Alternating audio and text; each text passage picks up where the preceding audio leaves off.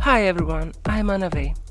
I'm a musician and a producer, and in this tutorial I'm going to talk to you about a very important and basic tool used mostly in dance music, the sidechain.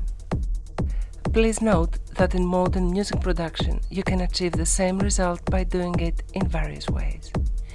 I'm not claiming that my methods are the only ones you should apply, but through my experience in music making, I'm recommending techniques that I'm using in my own productions. So the sidechain is a procedure. It's something that's making sounds inside a mix bounce to a master rhythm or any quantized element in your synthesis. I use sidechain to make sounds dance or breathe according to the settings on my sidechain.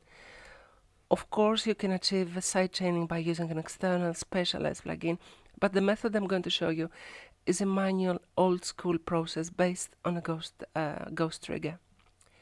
Before I start showing you, let's see how a sidechain works inside the track. So this is a part of a track I'm working right now. You can listen to how the pad bounces exactly on tempo. That's the pad that's gonna be sidechain. So listen.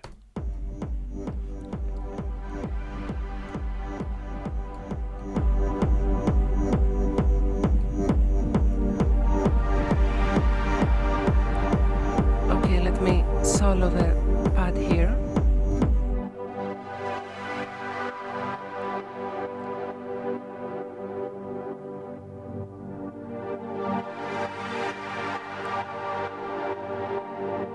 You can see how it turns on and off on every click of the beat. In reality, in order to have a sidechain effect, you need two things, a trigger and a compressor. You can do this on every DAW, but since I'm using Logic, I will show you how to universally make it on Logic by using the same principles you can find in every music making software. If you're not familiar with the use of a compressor, you can just follow my instructions here, and I'll show you how a compressor really works in the next tutorial, which will be about the compressors. So let's go. A minute ago I said that all you need is a trigger and a compressor. You need a sound that will perform as a trigger for the compressor to pick up and apply on the sound you want to sidechain. That's the simplest and most effective way to perform excellent sidechaining. What you need to understand though is why the trigger of the sidechain is so important. The trigger is something that's not heard inside the mix, but it's there for the compressor to pick up and react accordingly. For this reason, we're going to use a specific sound. But the selection of the sound for the trigger is really important. Let's imagine for a second that the trigger is a light switch, like the one you use to turn on the lights in your house. There are two types of switches, a regular switch and a dimmer. If you want to achieve a switch type effect in sidechaining, you should use a short, brief and loud sound.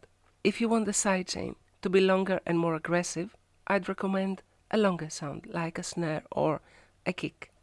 But to be honest with you, I always recommend a short and loud clicking sound, because you can regulate its behavior from the compressor later. And of course, it's more versatile, because the compressor can turn a clicking switch to a dimmer, if you get my point. If you don't, you'll see how it works in a second. So it's better to start with a short trigger sound that you can work on and turn it into anything you want. But the trigger will not be heard inside the mix. So first you need a drum synth like battery or a simple drum synth that comes standard with your DAW, or even any short and loud sample. For this occasion I'm going to use Ultrabeat. First you need to find a short and loud sound. This one is good. And then you have to record the repetition of 4 quarters of the sound inside the bar, exactly where your kick should be heard, if it's a 4x4 quarters track. Then you repeat the bar throughout the duration of your track. And there you go. You have the sound that your trigger will use. If the sound is too low, you should boost it up by using the gain plugin in order to make it as loud as possible. We need it to be loud in order for the compressor later to pick it up with the lowest possible threshold setting and be more sensitive.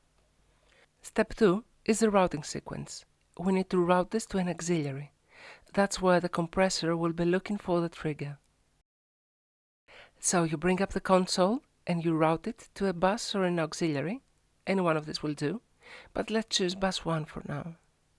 Now you can see that the sound is heard from both strips.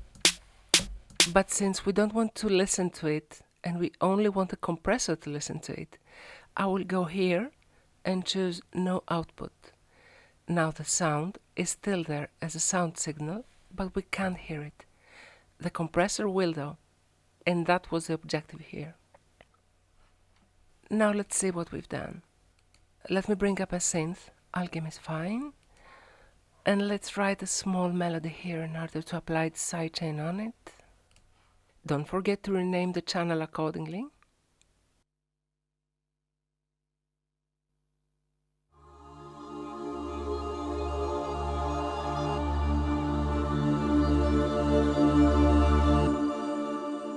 You need to apply compressor on that melody, right? So you open up a standard compressor on the channel you want it to be sidechained. What you need to do next is tell the compressor where it's getting its information from. We recorded the trigger in auxiliary 1, so this is what it's going to be listening. So you select sidechain on bus 1. You have to lower the volume on the output of the compressor in order to be on the safe side in terms of levels. You can control the sensitivity of the sidechain by increasing the threshold of the compressor. You can control the sidechaining effect from the compressor's ratio. More ratio means more compression.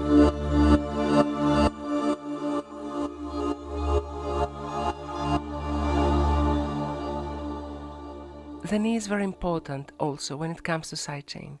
The knee controls the reaction of the compressor. Left is hard knee and right is soft knee. That regulates how aggressively the compressor will start working.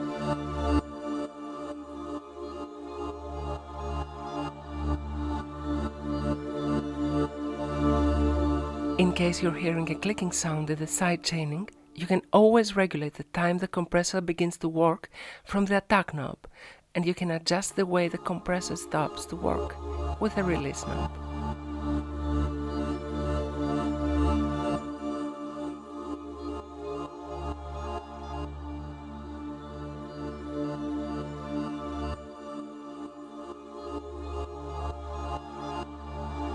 You have to remember that when making a ghost trigger type compressor, you can use it on anything. Your imagination is only the limit.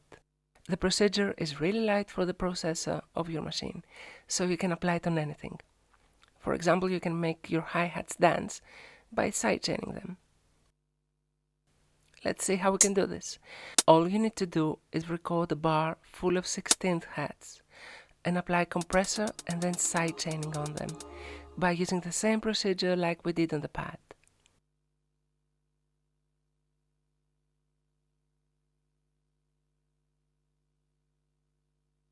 The trigger is there for you to use on every sound in your projects.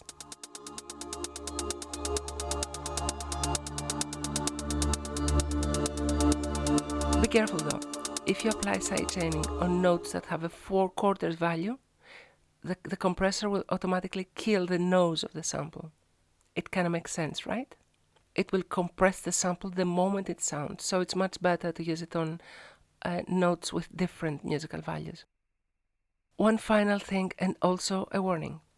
Sidechaining is a function of the compressor. Since we're talking about compressing audio here, try to remember that the compressor is a tool that immediately affects the harmonic performance of the sound that's being compressed. It's not something you should use without taking into account that overcompressing is destructive to your sound.